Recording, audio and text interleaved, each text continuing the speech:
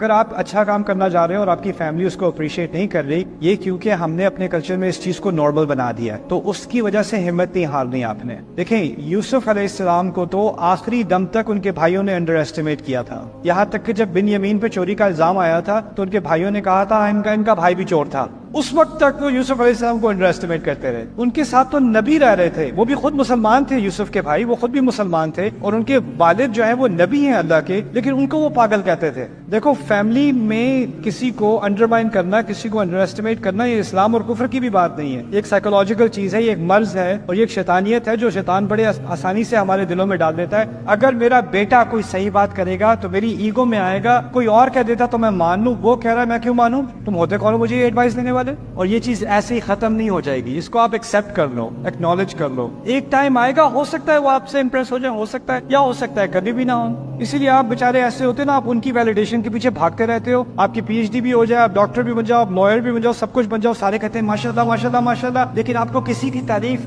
اس کا کوئی وزن ہی نہیں ہوتا، اس کا کوئی اثر ہی نہیں ہوتا، کیونکہ آپ کو بس ایک انسان کی تعریف چاہیے تھی۔ آپ کے فادر کہہ دیتے آپ I am proud of you, آپ کی مدر کہہ دیتی بیٹا بڑا ناز ہے تم پر، لیکن وہ تو کہیں گے نہیں، ان کو تو تکلیف ہوتی ہے یہاں پر پسلی میں، اگر کوئی اچھی بات کہہ دیں تو انہوں نے تو کہنا نہیں ہے، تو آپ بس اسی انتظام میں نہ بیٹھے رہو۔ This is a problem of validation in our society.